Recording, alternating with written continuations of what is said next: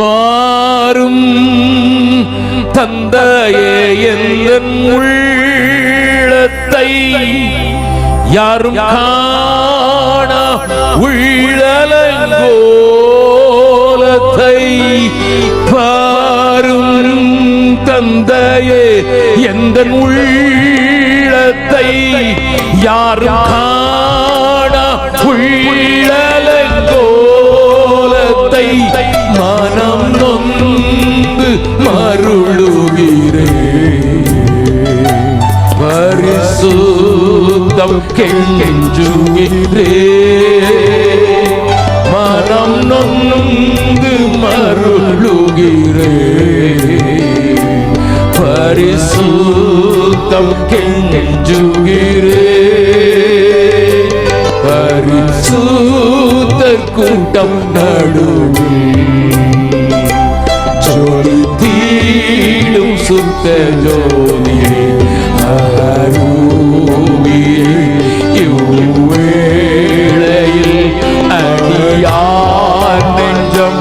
வாருமே அருவியே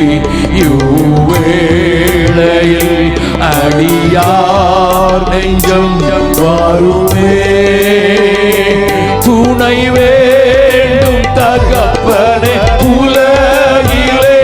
என்னை எதிர்க்கும் சக்திகள் பல உண்டே துணை வேண்டும் தகப்பனே உலகிலே என்னை எதிர்க்கும் சக்திகள் பல உண்டே என் ஜீவன் எல்லை எங்கிலும் பரிசுத்தம் என எழுதும்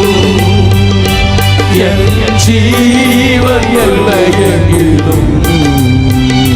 பரிசுத்தம் என எழுதும்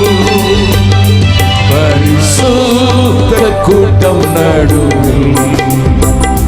ஜோதி தீடும் சுத்த ஜோதியே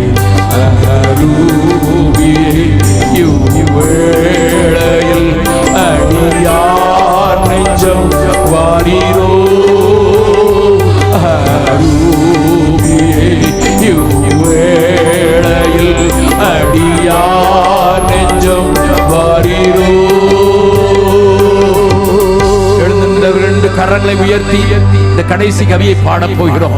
இதை பாடும் போது தேவ ஆவியானவர் மேல் அசைவாடுகிறது மாத்திரமல்ல, உன்னுடைய மாம்ச சிந்தையை மாற்றி, எங்க மாம்ச சிந்தை உண்டு அங்கே பிரிவினை உண்டு, எங்க மாம்ச சிந்தை உண்டோ அங்கே காம விகாரம் உண்டு, எங்க மாம்ச சிந்தை உண்டோ அங்கே வேசித்தனம் உண்டு, எங்க மாம்ச சிந்தை உண்டோ அங்கே எல்லா விதமான கேடுபாடுகளும் உண்டு. உலகத்தோடு கூட இழுக்கப்பட்டு போகாதபடிக்கு, உலகத்தோடு கூட நாங்கள் அழிக்கப்படாதபடிக்கு ஆண்டவரே உங்களுடைய பரிசுத்த ஆவியானவர் எங்கள் மேல மாரியாய் ஊற்றி எங்களை சூழ்ந்து கொண்டு எங்களுக்கு ஒரு பாதுகாப்பு வளையத்தை தரும்படியாக ஆண்டவரே எல்லாரும் சேர்ந்து பாடலாமா? துணை வேண்டும் தகப்பனே உலகிலே என்னை எதிர்க்கும் சக்திகள் பல உண்டே துணை வேண்டும் தகப்பனே உலகிலே என்னை எதிர்க்கும் சக்திகள் பல உண்டே என் ஜீவன் எல்லையில் பரிசுத்தம் என எழுதும் என் ஜீவன் எல்லை எங்கிலும் பரிசுத்தம் என எழுதும். அல்லேலூயா. வல்ல பிதாவே, உம்முடைய ஆவியை மழை போல ஊற்றுவேன் என்று சொன்னீங்க சுவாமி. ஆரம்பத்திலே போதகர் ஜெபித்தது போல கடைசி நாட்களிலே எல்லார் மேலும் ஊற்றுவேன் சொன்னது ஆவலோடு கூட மாம்ச சிந்தையிலிருந்து விடுதலையையும் ஆவியின் சிந்தனை நிறைவையும் பெற வாஞ்சிக்கிற மக்கள் மேல தேவ தழுதல் இந்த நேரத்தில் தானே இப்பொழுதே உண்டாகும்படியாய் நான் ஜெபிக்கிறேன்.